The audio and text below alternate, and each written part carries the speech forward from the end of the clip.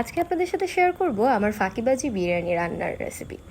প্রথমেই আমি একদম বেসিক মশলা এবং একটু টক দই দিয়ে বিরিয়ানির জন্য যে মাংসটা সেটা হচ্ছে ম্যারিনেট করে রেখেছি এবং ঢাকনা দিয়ে অল্প আঁচে চুলায় বসিয়ে দিয়েছি। একেবারে কষা কষা হয়ে যাওয়া পর্যন্ত আমি মাংসটা রান্না করে নেব। ঝোল না রাখারই আমি চেষ্টা করি, তবু একটু থাকলে সমস্যা নেই তাতে কোনো।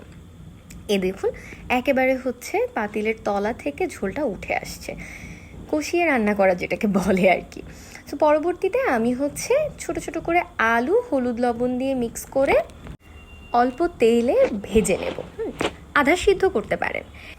এপাশে রাইস কুকারে আমি অল্প তেলে পেঁয়াজ রসুন আর হচ্ছে একটু শুকনা মরিচ হালকা করে হচ্ছে ভেজে নিচ্ছি এবং এটার মধ্যে আমি দিয়ে দিব পানি ঝরিয়ে রাখা চিনি গুঁড়া চাল।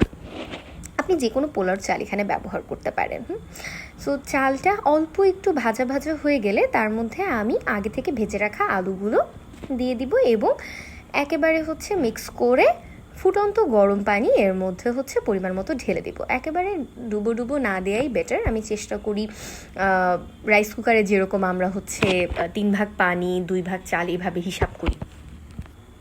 মাঝে মাঝে একটু ঢাকনার তুলে নেড়ে চেড়ে দেখছিলাম যে হচ্ছে পুরোপুরি সিদ্ধ হচ্ছে কিনা চালগুলো। এছাড়া রাইস কুকারে আমরা জানি যে হচ্ছে মোটামুটি সবসময়ই চাল ঝুরঝুরা হয়ে বের হয়।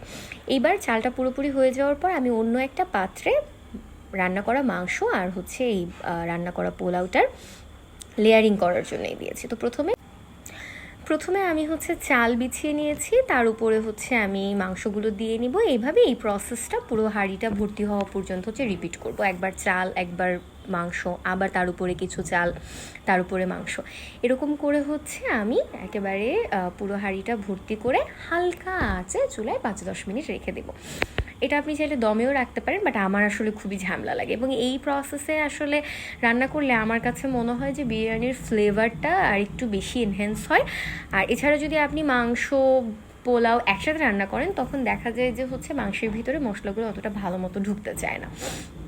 সো এই কারণে আমি এরকম আলাদা করে লেয়ার করে করি, যাতে করে পরবর্তীতে খাওয়ার সময় যখন আমি পুরো ডিশটার মধ্যে একটা মিক্স করব তখন দেখা যাবে যে খুব সুন্দর একটা হালকা মশলার কালার এবং হালকা সাদা পোলাওর কালার আসবে। Thank you, that's all for today.